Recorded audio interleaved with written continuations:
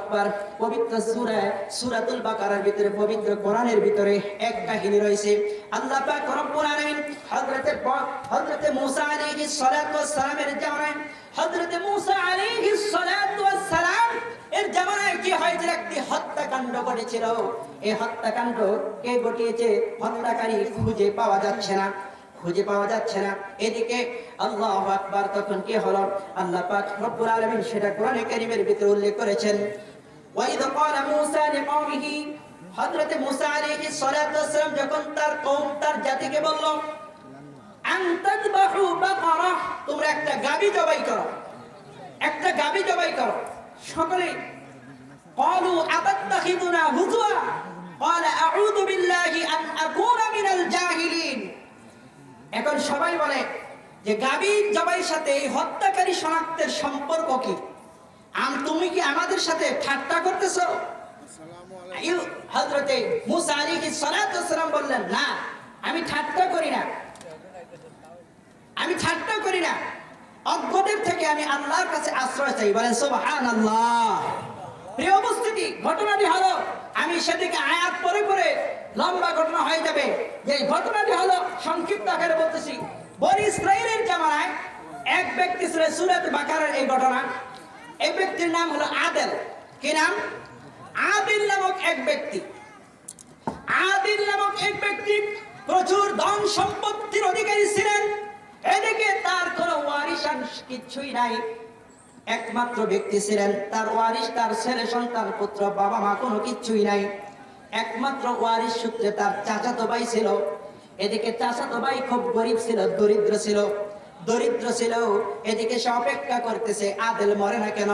মরলেই আমি কি করতে পারি? তার সমস্ত সম্পত্তি আমি ভোগ দখল করতে পারি। কথা ঠিক কিনা? আদেল মরে না কেন এই চিন্তা করে, মরে না, মরে না। চাচাতো ভাই তখন চিন্তা করলো যে এই আদেলকে আমার হত্যা করতে হবে। চিন্তা অনুযায়ী কাজ।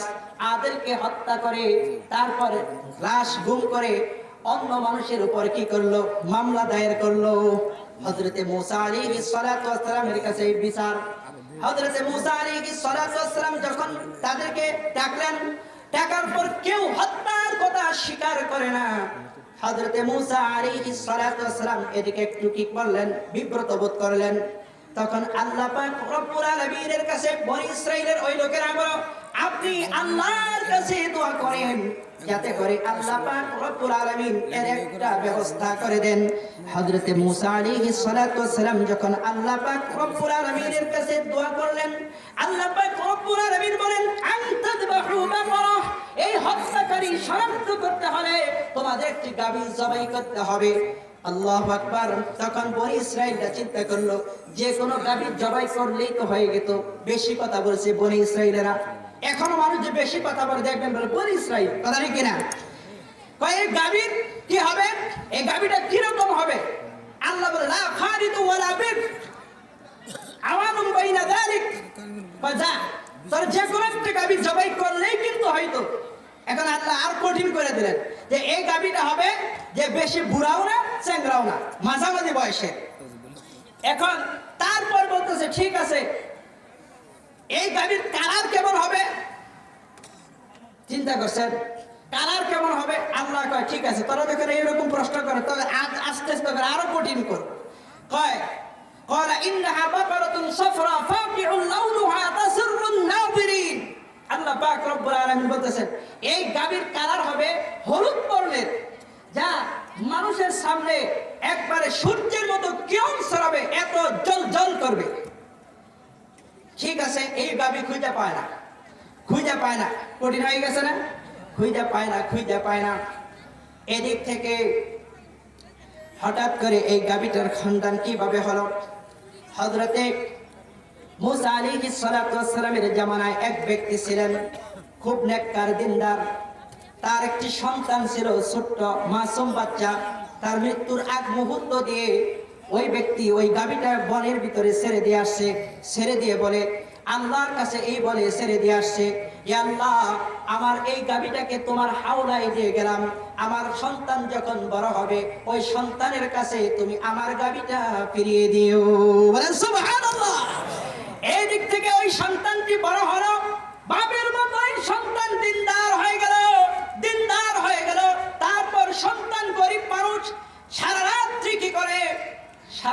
সন্তানটা 3 ভাগে ভাগ করে। আল্লাহু আকবার। সন্তানটি খুব মাতৃসেবক হয়ে গেল। তাফসীরে মাযহারের ভিতরে উল্লেখ, বানানো কোনো ইতিহাস নয়। সূরাতুল বাকারার এই আয়াতের ভিতরে তাফসীরে মাযহারি জগৎ বিখ্যাত এক তাফসীর, যার লেখক হলো আল্লামা কাজী সানাউল্লাহ পানিপতি রাহমাতুল্লাহি আলাইহি।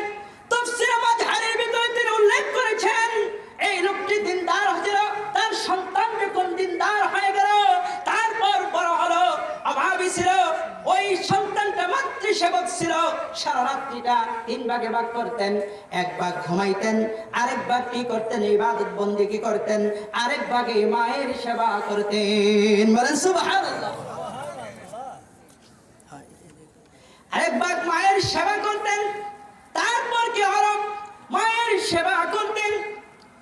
এইভাবে হযরতে আল্লাহ পাক হযরতে মুসা আলাইহিস সালাতু ওয়াস সালামের জামানার সেই ঘটনায় আস্তে আস্তে করে যখন সন্তানটি বড় হলো, হঠাৎ করে মা বললেন, তোমার বাবা তোমার জন্য একটি গাভী রেখে গেছেন। ওই বনের ভিতরে গিয়ে তুমি বলবে, হে মুসা, হে ইব্রাহিমের রব, হে ইসহাকের রব, আমার বাবা তোমার নিকট যে গাভী রেখে গিয়েছেন, সেই গাভীটা আমাকে ফেরত দাও। বলেন সুবহানাল্লাহ। হযরতে মুসা আলাইহিস সালাতু ওয়াস সালামের জামানার সেই সন্তান বড় হয় যখন বনের ভিতরে গেলেন, বনের ভিতরে গিয়ে যখন মার শেখানো পদ্ধতিতে গাভীটাকে ডাকলেন, গাভীটা ডাকার সঙ্গে সঙ্গে বন থেকে দৌড়ে আসলো। বলেন সুবহানাল্লাহ। আর বন থেকে আসার পর গাভী কি রকম হবে মা সব কিছু বলে দিয়েছে। তারপর যখন গাভীটা আসলো, আসার পর যখন কি হলো, গাভীটার ঘাড়ের ভিতরে ধরলেন, গাভীটা ঘাড় ধরে টেনে নিয়ে যাচ্ছেন। গাভীর চোখ-জবান তখন খুলে গিয়েছে। জবান খুলে গিয়ে তখন ওই মাতৃসেবককে বলছে, হে মাতৃসেবক, তুমি আমার ঘাড়ে ধরে টানো না, বরং তুমি আমার পিঠে উঠো। আমার পিঠে উঠলে তুমি আমাকে হাঁকিয়ে নিয়ে চলো, আমি তোমাকে অনায়াসে তোমার মায়ের কাছে নিয়ে যাব। বলেন সুবহানাল্লাহ। এইবার ওই মাতৃসেবক বললেন, না না, আমি তোকে কি করব না, পিঠে আরোহণ হয়ে তোকে নিব না। সুতরাং আমার মা বলেছে তোকে গদ্দানে ধরে নিয়ে যেতে, সুতরাং আমি তোকে গদ্দানে ধরে নিয়ে যাব, আমি তোর উপর সওয়ারি হব না। বলেন সুবহানাল্লাহ। গাভীর জবান খুলে গিয়ে এখন গাভী বলে, হে মাতৃসেবক, আমি তো আল্লাহর পক্ষ থেকে তোমাকে পরীক্ষা করেছি। এখন যদি তুমি তোমার মায়ের কথা রেখে যদি তুমি আমার পিঠে সওয়ার হতে, আল্লাহর কসম তুমি আমাকে নিয়ন্ত্রণ করতে পারতে না। বলেন সুবহানাল্লাহ। আসলে ঘটনার উদ্দেশ্য হলো, যে ব্যক্তিগুলো মাতৃসেবক হবে, মাতৃসেবক হলে সব কিছু তার অধীনস্থ হয়ে যায়। বলেন সুবহানাল্লাহ। ওই সময় আল্লাহু আকবার। গাভী আর কথা বললেন, হে মাতৃসেবক, তুমি এখন এমন পর্যায়ে এসেছো, তুমি যদি পাহাড়কে বলো আমার সাথে চলো, তাহলে পাহাড় তোমার সাথে সাথে চলতে থাকবে। বলেন সুবহানাল্লাহ। এই মর্যাদা কোথায় থেকে পেলেন? বলেন কোথায় থেকে পেলেন? কোথায় থেকে পেলেন? মায়ের সেবা করে পেলেন। আল্লাহু আকবার। এই তাফসীরে মাযহারের ভিতরে ঘটনা আরো আছে, যে তখন কি করলেন, হঠাৎ করে আস্তে করে গাভীটি যখন নিয়ে গেলেন, মা তখন বলে দিলেন, এই গাভীটা তুমি বিক্রি করে ফেলো। কারণ কি, এই তুমি তো গরিব মানুষ, রাত্রের বেলায় কি করো, অনেক কষ্ট করো, গাভীটা সুন্দর সুদর্শন, এই গাভীটা বিক্রি করলে তোমার অনেক কি হবে, লাভ হবে। সুতরাং গাভীটি 3 দিরহামের বিনিময়ে, তুমি 3 দিনারের বিনিময়ে কি করবা, বিক্রি করবা। বলেন সুবহানাল্লাহ। তৎকালীন যুগে 3 দিনার ছিল একদম কি স্বাভাবিক দাম। এইবার মাতৃসেবক তখন বাজারে নিয়ে গিয়েছে, জিবরাইল আলাইহিস সালাতু ওয়াস সালাম আসে বসে, সেই জিবরাইল আলাইহিস সালাতু ওয়াস সালাম দাম হাঁকাইছে, কয় কত চাও? কয় 3 দিরহাম। আল্লাহ 3 দিনার। জিবরাইল আলাইহিস সালাতু ওয়াস সালাম বলেন, তোমাকে 6 দিরহাম দিব। কয়, এখন ওই সন্তান বলে, ঠিক আছে, আমার মার কাছে আমি শুনবো, আমার মা যদি রাজি হয় তবেই আমি বিক্রি করব, তার নচেত বিক্রি করব না। এবার জিবরাইল আলাইহিস সালাতু ওয়াস সালাম বললেন, না, তোমার মায়ের কাছে জিজ্ঞাসা করার দরকার নাই, তোমাকে আমি 12 দিনার দেব গাভীর মূল্য। বলেন সুবহানাল্লাহ। এবার ওই সন্তান বলে, না না, আমি কখনো বিক্রি করব না। তারপর যখন মায়ের কাছে গেছে, এই ঘটনা করে বলছে, ঘটনা সংক্ষিপ্ত করে বলতেছি। মা তখন বলছে, না ওটা হলো ফেরেশতা, তোমাকে পরীক্ষা করতেছেন, সুতরাং এইবার তুমি তাকে গিয়ে বলবা এই গাবি আমি কি করব তার কাছে পরামর্শ চাইবা। বলে সুবহানাল্লাহ। গাবি পড়া তখন ওই সন্তানকে গাবি কি করবে, ওই জিবরাইল আলাইহিস সালাতু ওয়াস সালাম মানুষ বেশে ছদ্মবেশে আসছেন। তখন গাবি সম্পর্কে ওই সন্তান জিজ্ঞেস করেছে, মা হ্যাঁ আল্লাহর বান্দা আমি গাবিটি কি করব। তখন কি করলেন, ওই জিবরাইল আলাইহিস সালাতু ওয়াস সালাম বলে দিলেন গাবিটি তুমি কি করবা, মুসা আলাইহিস সালাতু ওয়াস সালাম মুসা নবী এই গাবিটি ক্রয় করে নেবেন। এই গাবিটি ক্রয় করবেন, তুমি বলবা এই গাবির চামড়া ভর্তি পরিমাণ স্বর্ণ মুদ্রা দিলে আমি তবে গাবি বিক্রি করব, তাছাড়া গাবি বিক্রি করব না। বলেন সুবহানাল্লাহ। তখন মুসা আলাইহিস সালাতু ওয়াস সালাম যখন গেলেন ওই গাবি খুঁজে পেলেন, তখন বললেন ঠিক শর্ত অনুযায়ী ওই চামড়া ভর্তি স্বর্ণ মুদ্রা দ্বারা গাবিটি ক্রয় করলেন। এই ব্যক্তি সঙ্গে সঙ্গে কি হয়ে গেল, ধনী হয়ে গেল। বলেন সুবহানাল্লাহ। সুতরাং দেখার বিষয় হলো, আসল কথা হলো তাফসীরে মাঝারিতে উল্লেখ করেছেন, যদি কোনো ব্যক্তি পিতামাতার সেবা করে, পিতামাতার সেবা করে, পিতামাতার সেবা করে, তাহলে আল্লাহ পাক রব্বুল আলামিন তাকে ইহ জগতেও আল্লাহ পাক রব্বুল আলামিন ধন সম্পত্তি দান করবেন। জোরে সুবহানাল্লাহ বলেন। ইহ জগতে তাকে ধনী বানাবেন, পর জগতেও আল্লাহ পাক রব্বুল আলামিন তাকে ধনী বানাইবেন। ওই গাবি যখন জবাই করা হলো, জবাই করার পর যখন গাবির কয়েকটি অংশ হলো, আল্লাহ পাক রব্বুল আলামিন বলে দিলেন গাবির একটি অংশ দ্বারা, অর্থাৎ মুফাসসিরিন ইকরাম বলছেন, কেউ বলছেন যে গাবির ওই অংশের হাড় দ্বারা, যে অংশে আঘাত করলে গাবি মারা যায় ওই অংশের হাড় দ্বারা, আবার কেউ বলছেন রানের হাড় দ্বারা, আবার কেউ বলছেন লেজের হাড় দ্বারা। সুতরাং যাই হোক, লেজের হাড় দ্বারা ওই মৃত ব্যক্তিটা কি করলো, আঘাত করার সঙ্গে সঙ্গে আল্লাহর হুকুমে ওই মৃত ব্যক্তি আদেল কি করলেন, দাঁড়িয়ে গেলেন, জীবিত হয়ে গেলেন। যারা বলেন সুবহানাল্লাহ। জীবিত হয়ে গেলেন, জীবিত হয়ে বললেন আমার হত্যাকারী আমার চাচাতো ভাই। বলেন সুবহানাল্লাহ। আমার হত্যাকারী আমার চাচাতো ভাই। এইভাবে হত্যার ধামা চাপা দিতে পারলো না। সুতরাং সেই বাবা মা যখন আমাদের কাছে থাকে আমরা সেই মালিক বুঝি না, কথা ঠিক কিনা? আল্লাহ পাক রব্বুল আলামিন বলেন ওয়াসাইনাল ইনসানা বিওয়ালিদাইহি ইহসানা। তোমার আল্লাহর পক্ষ থেকে ফয়সালা হয়েছে, সুতরাং তোমরা কি করবা, পিতামাতার সহিত সদ্ব্যবহার করবা। রাসূল করিম সাল্লাল্লাহু আলাইহি ওয়াসাল্লাম ইরশাদ করেছেন হুমা জান্নাতুকা ওয়া নারুকা, পিতামাতাই হচ্ছে তোমার জন্য জান্নাত আর তোমার জন্য জাহান্নাম, কথা ঠিক কিনা?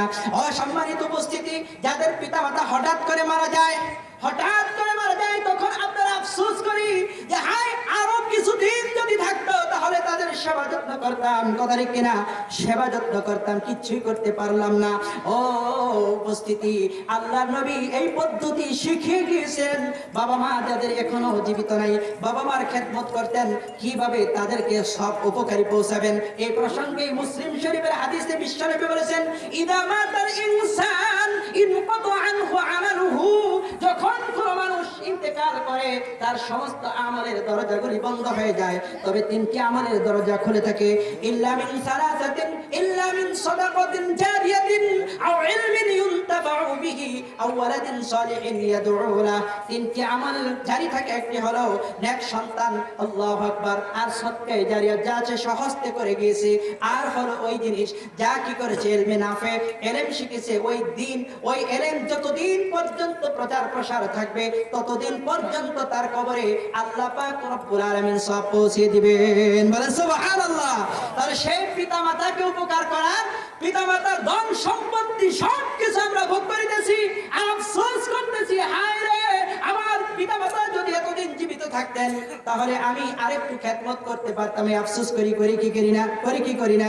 বিশ্বনবী তো পদ্ধতি শিখিয়ে গিয়েছেন যে পিতামাতা হলো নেক সন্তান যখন দোয়া করবে, সদকায়ে জারিয়া করবে, ওই সওয়াবগুলো আল্লাহ পাক রব্বুল আলামিন পিতামাতার কবরে পৌঁছে দিবেন। বলেন সুবহানাল্লাহ।